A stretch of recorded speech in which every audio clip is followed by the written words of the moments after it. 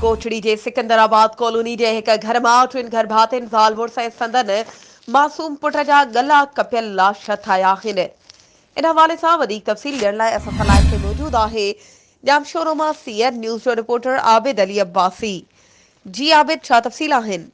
जी बिल्कुलु, मां ॿुधायां त कोटड़ीअ में ज़ाल मुड़ुस ऐं 8 सालनि जो ॿारड़ो जेको आहे छुरियुनि सां गलो कपे जेको आहे क़तल कया विया आहिनि।